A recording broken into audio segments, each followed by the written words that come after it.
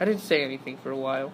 I guess I was trying to absorb the idea that this small, spare man in prison gray next to me could be worth more money than Warden Norton would make in the rest of his miserable life, even with the scams thrown in.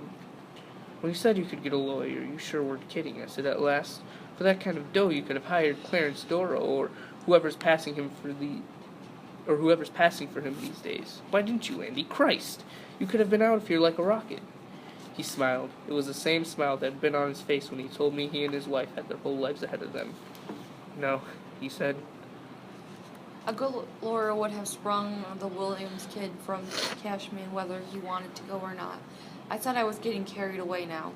You could have gotten your new trial, hired private detectives, and looked for that guy Blanche, and blown Norton out of the water to boot. Why not, Andy?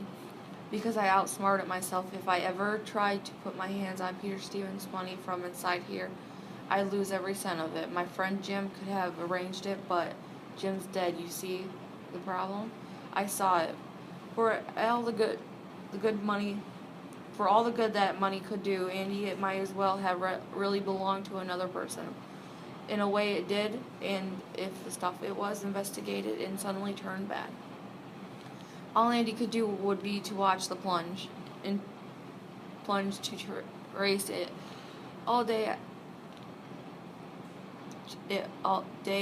after day on the stocks and bonds page of the Press Herland. It's a tough life if you don't weaken, I guess. I'll tell you how it is, Red. There's a big hayfield in a town called Buxton.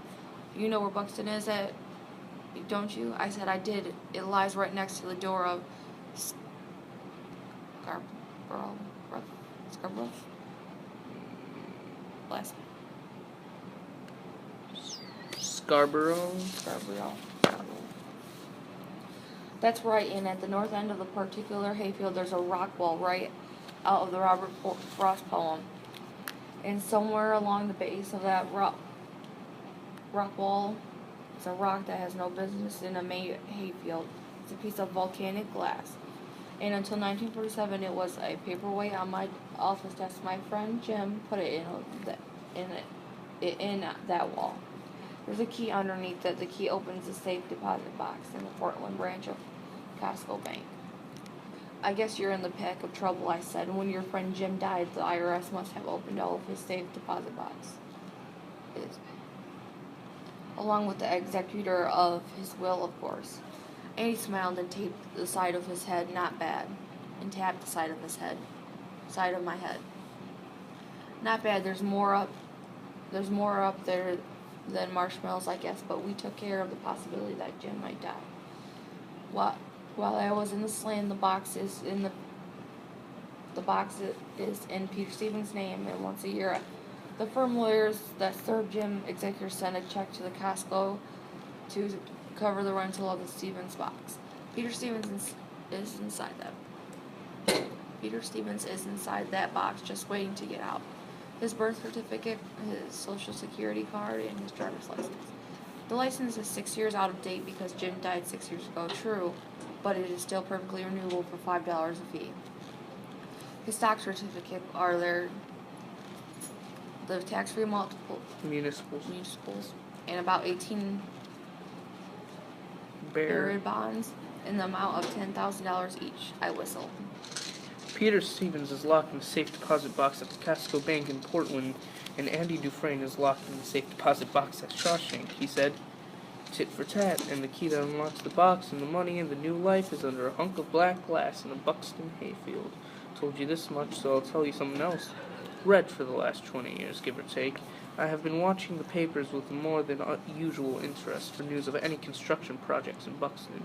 I keep thinking that someday soon I'm going to read that they're putting a highway through there, or erecting a new community hospital, or building a shopping center, burying my new life under 10 feet of concrete, or spinning it into a swamp somewhere with a big load of fill. I blurted, Jesus Christ, Andy, if all this is true, how do you keep from going crazy? He smiled. So far, all quiet on the western front. But it could be years, it will be. But maybe not as many as the state and Warden Norton think it's going to be. I just can't afford to wait that long. I keep thinking about the Houtenejo and the small hotel. That's all I want for my life now, Red. And I don't think that's too much to want. I didn't kill Glenn Quentin, and I didn't kill my wife in that hotel. It's not too much to want. To swim and get a tan and sleep in a room with open windows and space. It's not too much to want. He slung the stones away. You know, Red, he said in an offhand voice, a place like that, you'd have to have a man who knows how to get things. I thought about it for a long time. And the biggest drawback in my mind wasn't even that we were talking pipe dreams in a shitty little prison exercise yard with armed guards looking down at us from the sentry posts. I couldn't do it, I said. I couldn't get along on the outside. I'm what they call an institutional man now. I'm here. I'm the man who can get it for you, yeah. But out there, anyone can get it for you. Out there, if you want posters or rock hammers or one particular record or a boat in a bottle model kit, you can use the fucking Yellow Pages in here. I'm the fucking Yellow Pages. I wouldn't know how to begin or where. You underestimate yourself, he said. You're a self-educated man, a self-made man. A rather remarkable man, I think. Hell, I don't even have a high school diploma. I know that, he said. But it isn't just a piece of paper that makes a man. And it isn't just prison that breaks one either. I couldn't hack it out, said Andy. I know that. He got up. You think it's over? He said casually, just as the inside whistle blew. And he strolled off as if he were a free man who had just made another free man a proposition. And for a while, just as that was enough to make measles. Make measles. To make Melees. Melee's free.